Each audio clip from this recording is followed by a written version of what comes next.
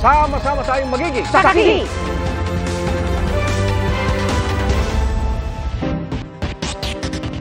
Mga kapuso, nadagdagan pa ang mga Swiftie na imbis na mag-trip to Singapore ay nag-trip to the NBI matapos silang ma-scam.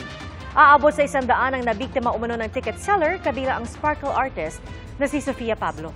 Saksi, si Ian Cruz.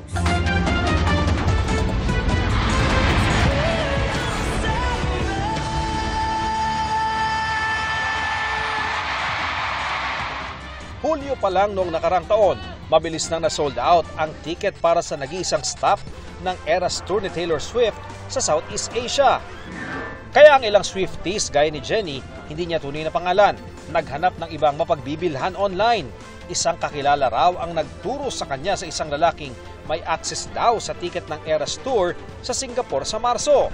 At kahit umabot ng 65,000 pesos ang babayaran, pikit mata niya itong pinadala sa lalaki via online banking. Nagpapakita siya ng mga proof ng transactions niya with other people.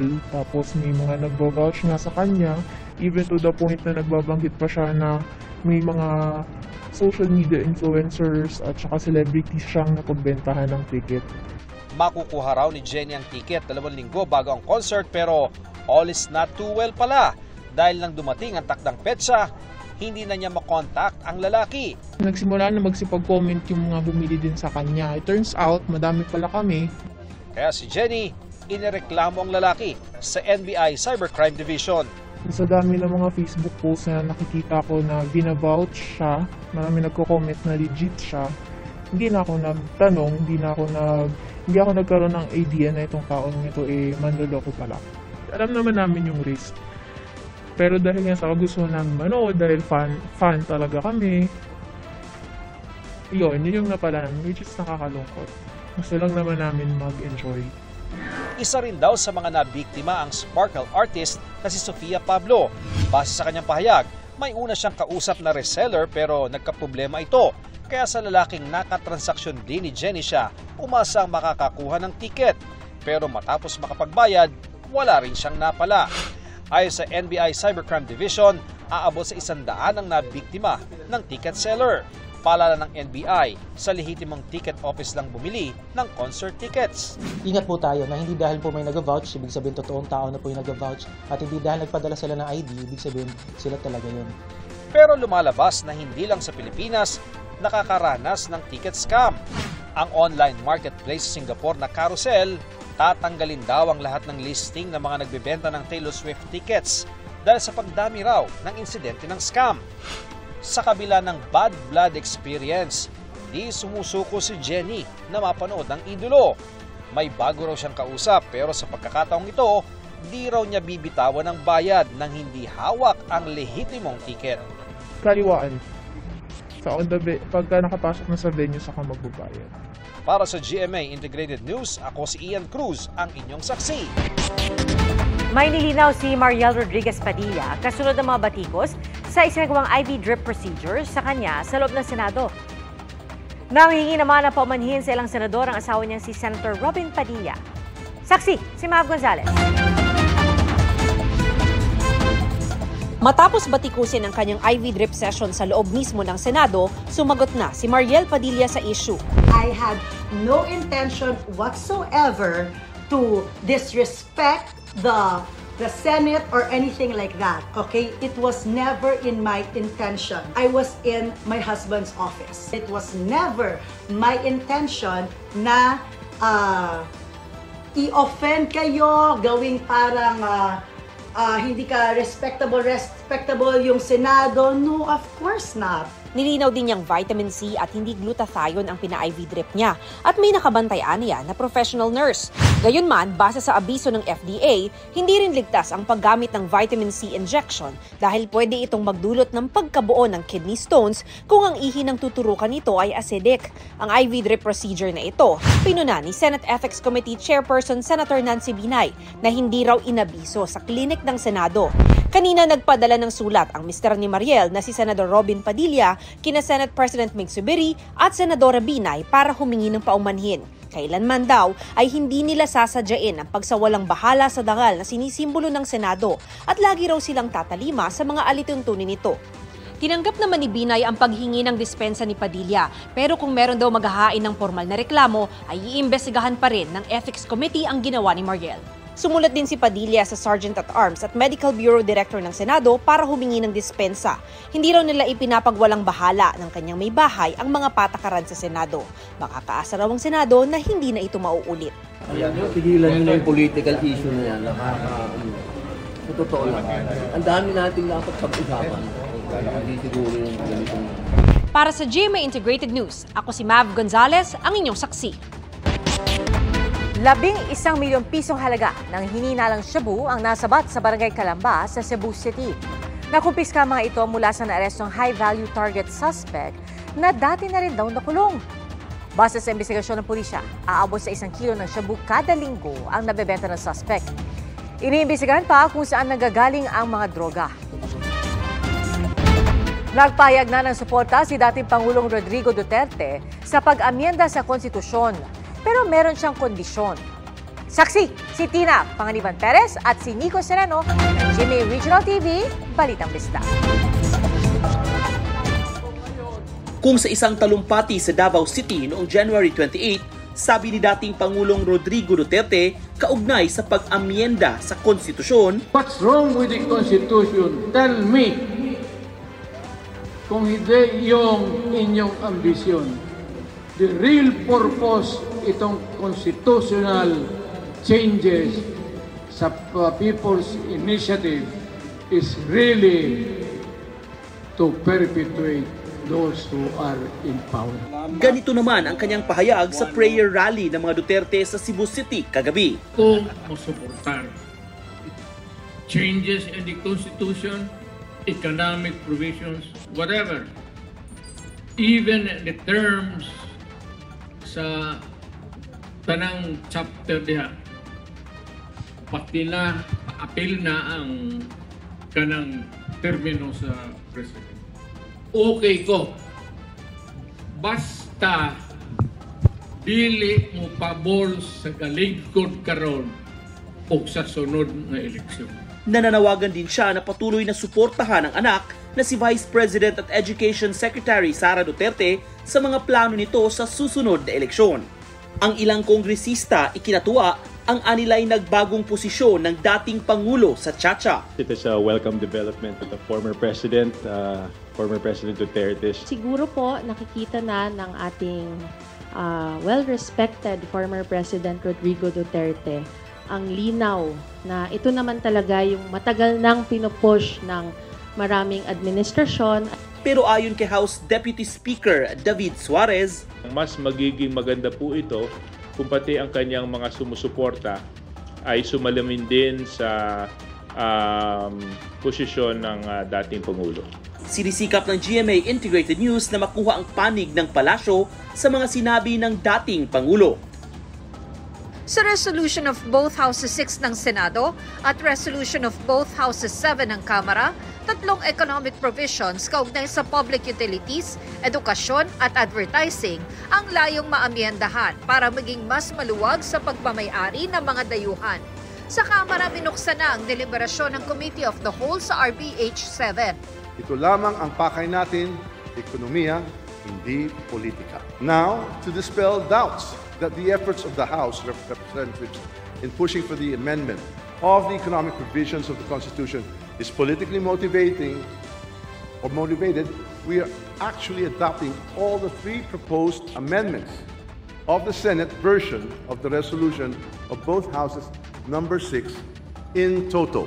Naging mainit ang sagutan ng questionin kung Constituent Assembly ba ang ginagawa nila. Ito bang plenary na ito, kino-convert na ba natin yan sa Constituent Assembly?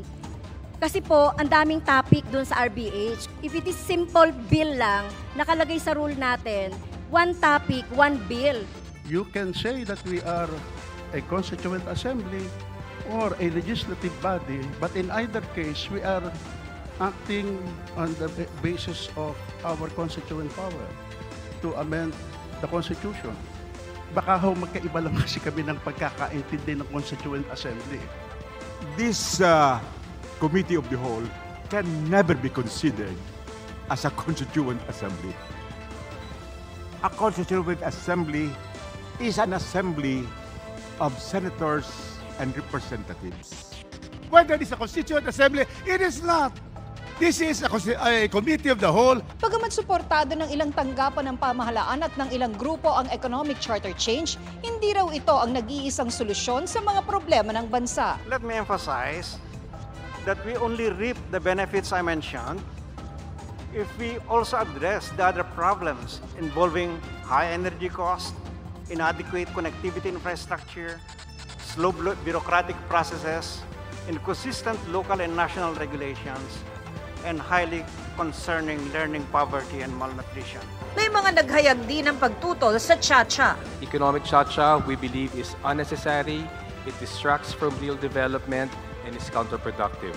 Sa pulong naman ng mga senador kay Pangulong Marcos, muling binanggit ng Pangulo na dapat Senado ang manguna sa diskusyon ng Chacha. Sabi niya, we'll allow the Senate to take the lead, and I've asked the House leaders to wait for your output and that they should just adopt. Dagdag daw ng Pangulo, mas mainam isabay sa 2025 elections ang plebisito. Sinabi niya, mas gusto niya isabay na lang sa halalan ng 2025. So pagka ganun, hindi po tayo kailangan magmamadali. Ayon sa COMELEC, kaya nilang isabay ang plebisito sa eleksyon 2025 nang walang dagdag gastos. Para sa GMA Integrated News, Tina Panganiban Perez. Nico Sereno ng GMA Regional TV, Balitang Bisdak, kami ang inyong saksi.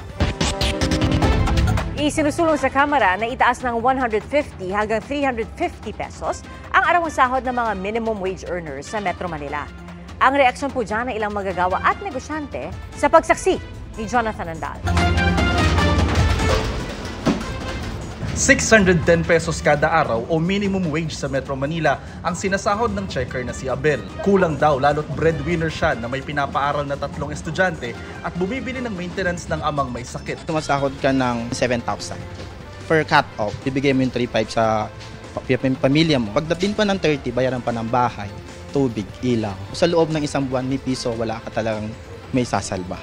Kaya natuwa siya nang mabalita ang plano ng liderato ng Kamara na itaas ng 150 hanggang 350 pesos ang minimum wage para umabot na sa halos 1,000 piso ang arawang sahod. Mas mataas kumpara sa inaprubahang panukala ng Senado na 100 pisong aumento. Ayon kay House Majority Leader Manuel Jose Dalipe, sinabi ng mga kapwa niya mambabatas na kulang ang panukala ng Senado, lalo't may mga manggagawang nahihirapang tugunan ng kanilang mga pangangailangan. Kaya utos daw ni Speaker Martin Romualdez alamin kung paano mapapalaki ang nauuwing sweldo ng mga manggagawa sa pamamagitan ng batas o pagbabago sa mekanismo ng Regional Wage Board. Pero sabi ng mga senador, kung sa 100 piso pa lang na panukalang aumento ay marami nang tumututol, paano pa kaya sa 350 pesos? Anything that can alleviate the plight of the working class should be taken into consideration. Ang tanong na lang, kakayanin ba ito? Pero siyempre, dapat isipin din natin yung ating mga employer. Baka naman ma-bankrupt na sila. At the end of the day, mag-uusap pa rin yan. Lamig lang ang ulo ng lahat at yung mga employer, relax. At hindi namin kayo pababayaan. Sa ngayon, wala pang panukalang batas para sa 350 pesos na aumento sa sahod. Ang nakabinbin pa lang ngayon sa Kamara ay panukalang aumento na 150 pesos ng TUCP o Trade Union Congress of the Philippines at 750 pesos ng Makabayan Bloc. Sa Miyerkules yan tatalakayin ng House Committee on Labor and Employment. Hindi po natin mamadaliin. Kailangan po natin pag-aralan, suriin at pakinggan lahat po ng mga hanay. Lalong-lalo na ho yung sa mga investors. Para sa GMA Integrated News, ako si Jonathan Andal, ang inyong saksi. Nahack ang official Facebook page ng Philippine Coast Guard. Ayon sa PCG, alas 6 ng gabi kanina nang mapansing wala na silang control sa kanilang account. At base sa initial diagnostic, hindi nag-iwan ng digital traces ang hackers sa email address at mobile phone na ginagamit nila para sa security key. Hanggang ngayon, hindi pa nare-recover ng PCG ang kanilang Facebook page. Pero ayon kay PCG spokesperson, Rear Admiral Armand Balilo, sa panayam sa kanya ng Super Radio DCWB, nakipag-ugnay na sila sa Facebook mismo. Wala rin daw na kompromisong dokumento dahil dito. Mahigit kalahating milyong pasahero ang makasasakay sa Metro Manila Subway kapag natapos ang proyekto sa 2029. At kanina, sinilip po ng ilang matataas na opisyal ang paghuhukay para rito. Saksi si Joseph Moro. Isa sa nakikitang solusyon sa matinding traffic sa Kamaynilaan ang Metro Manila Subway Project. Para masigurong dire-diretso ang proyekto, kanina binisita ito ni Transportation Secretary Jaime Bautista at Finance Secretary Ralph Recto. Bahagi ito ng unang segment ng subway, inaasahang Mayo ngayong taon ay tatagos na ang binubutas hanggang Quirino Highway. Hulyo ng isang taon, nasa 200 meters o 0.2 kilometers pa lamang ang nahuhukay.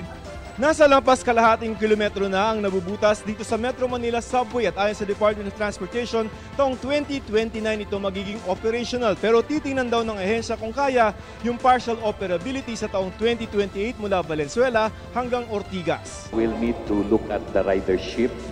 Kahit malalim na ay may ventilasyon naman sa loob. So medyo malamig dito, so ibig sabihin pagka operational to, ganito yung magiging sistema ng aircon. Yes, sir. Aircon. Ito po yung galing sa labas ng fresh air, meron tayong ventilation system. Napasok dito sa loob. Kapag natapos na ang proyekto sa taong 2029, inaasahang lampas kalahating milyong katao ang gagamit ito araw-araw mula sa Valenzuela hanggang sa pinakadulong istasyon nito sa Bikutan. Bagaman utang sa JICA ang 440 billion pesos na proyekto, 30 billion pesos ang kailangan ng gobyerno pambili ng mga right-of-way para sa dadaanan nitong lugar. Siniguro ng Finance Department na magtutuloy-tuloy ang programa. I'm confident that there are resources available to finance the right-of-way for this project. Para sa GMA Integrated News, ako si Joseph Morong, ang inyong saksi.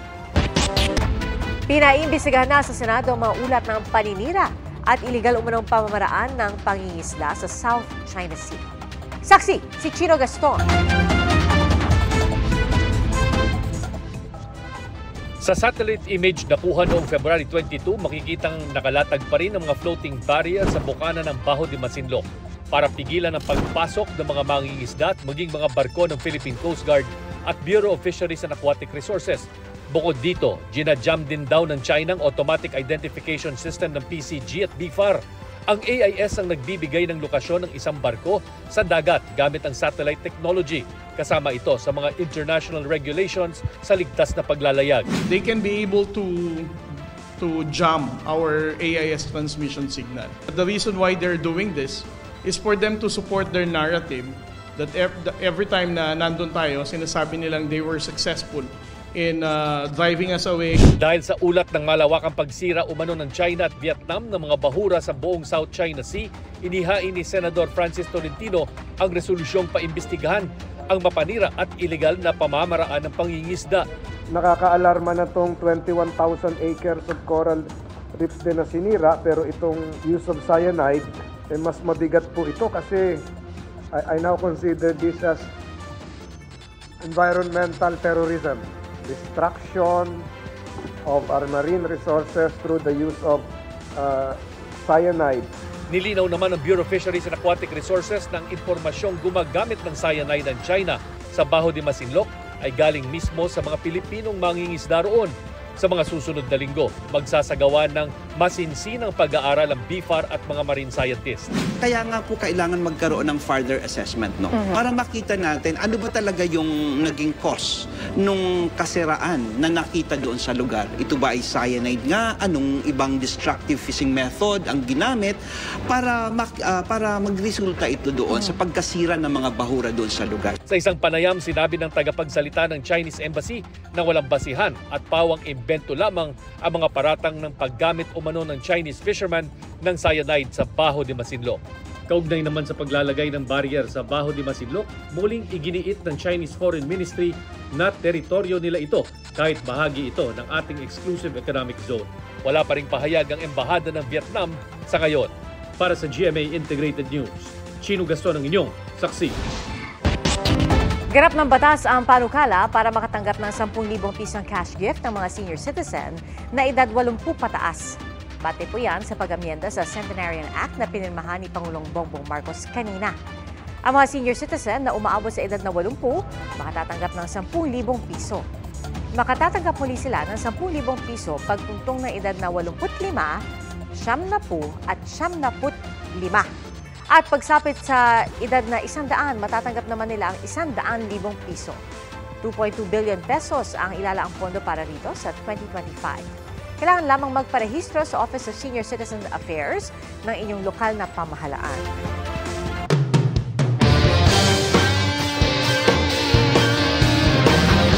Wagi ng panibagong gold medal si Pinoy pole vaulter at world number 2, EJ Obiena, sa Internationales Stadion Festo ISTAF 2024 sa Berlin, Germany. Yan ay matapos niyang maklear ang 5.93 meters sa loob ng 2 attempts. Bago national at Asian record ito sa indoor pole vault. Itong nakaraang linggo lang, nakakuha rin ng ginto sa Croatia si Obiena.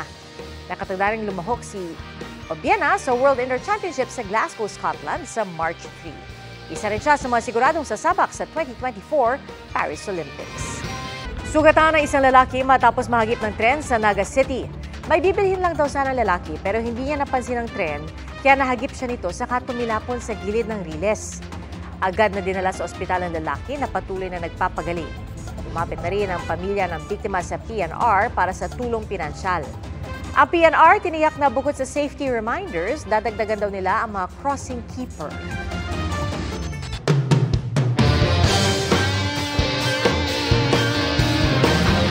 Nanaig muli ang Gilas Pilipinas sa second game nito sa first window ng FIBA Asia Cup qualifiers. Tinambakan nila ang Chinese Taipei sa score na 106-53. Best player of the game si Justin Brownlee na na-miss daw ang paglalaro para sa Pilipinas. 2-0 na ang Gilas na nilampaso din ng Hong Kong noong Huwebes. Sa Nobyembre, magpapatuloy ang road to FIBA Cup ng Gilas para sa second window ng Asia Cup qualifiers. Pero bago yan, makakalaban ng Gilas Pilipinas sa Hulyo ang Latvia at Georgia para sa tsansa makapasok sa 2024 Paris Olympics. Mga kapuso, salamat sa inyong pagsaksi.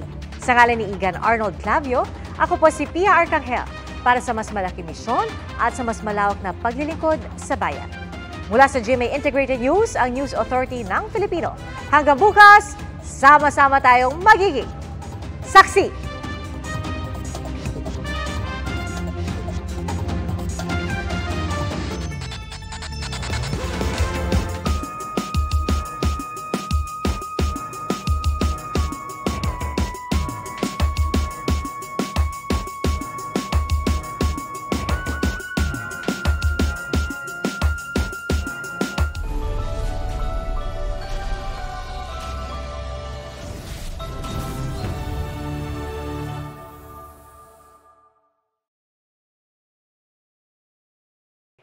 Mga kapuso, sama-sama tayong maging saksi.